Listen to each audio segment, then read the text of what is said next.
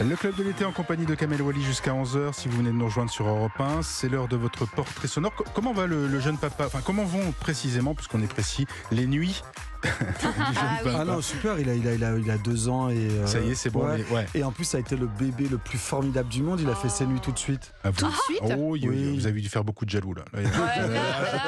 Il fallait pas trop le dire, je pense. En communion, non, il fait de très mauvaises nuits. On dort pas. C'est l'heure de votre portrait sonore. Voici le premier extrait. Ce sera nous dès demain. Ce sera nous le chemin. L'envie d'aimer, interprété par Daniel Lévy, qui nous a malheureusement quittés il y a un an. Ça, c'est un souvenir fort, ces 10 commandements pour vous? Oui, bien sûr. C'est un projet complètement dingue. C'était le début de la comédie musicale. Quand je dis le début de la comédie musicale, elle existe depuis toujours en France, mais De son renouveau, ça c'est sûr. renouveau, et voilà, c'était énorme. Bon, je peux pas ne pas parler de Daniel là, Ouais. si je l'écoute, complètement. parce que c'est très présent. J'ai l'impression que c'est hier qu'il est parti. Cette voix fabuleuse, cette voix extraordinaire. Il a porté ce spectacle. Après, c'est la troupe, tout fonctionnait. Je sais pas, il y a une magie qui a opéré sur ce projet-là, qui est inexplicable. Et Daniel Lévy, voilà, il nous a laissé des choses magnifiques, quoi.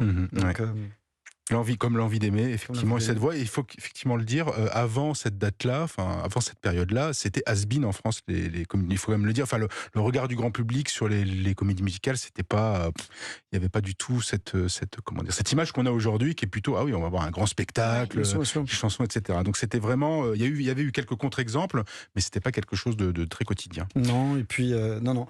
C'était un projet où en fait personne savait. En fait, les choses n'étaient pas figées ou très cadrées. Par exemple, moi, quand Elie Chouaraki m'a contacté, quand il m'a dit que c'était moi qui faisais le projet, à la base, je devais faire 3 chorés. Et il me dit, t'as 2 mois et demi pour les monter. Je dis, oulala. Wow. Je dis, moi, habituellement, quand je travaille, je les fais en 3 jours, 4 jours. Donc, qu'est-ce qu'on va faire, quoi? Et puis, après, je dis, ça va me laisser le temps de développer encore et d'aller plus loin.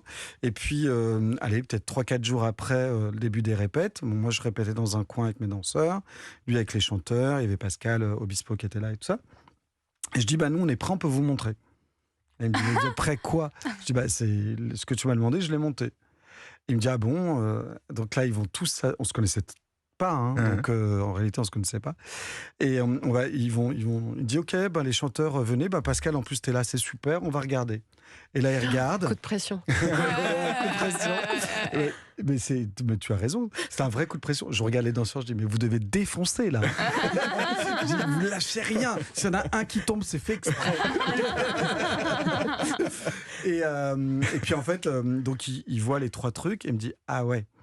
Et il prend le livret, il dit, alors finalement, on va rajouter là. Et finalement, il n'y a que 3 passages dans tout le spectacle où il n'y a pas de danse. D'accord. Wow. Donc Finalement, j'ai fait 2h30, ouais. Et Oui, donc, ça a du été coup, c'est devenu un l'inverse, spectacle quoi, c'est aussi l'inverse. dansant. C'est devenu aussi un spectacle dansant. Ah, carrément, ouais. Carrément. Deuxième extrait, tout de suite, le portrait sonore.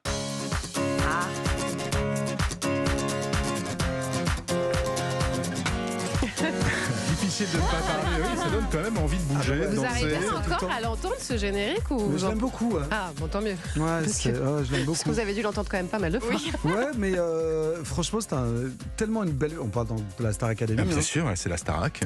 Et moi, ça évoque plein de trucs super. Je m'éclate. Là, je vois Alexa de la Roche-Joubert, je danse avec elle. Elle est présente, ça doit aller. Et non, c'est une super période. Et puis là aussi, c'était complètement dingue. Tout le monde croit qu'on avait des moyens de malade. C'est faux.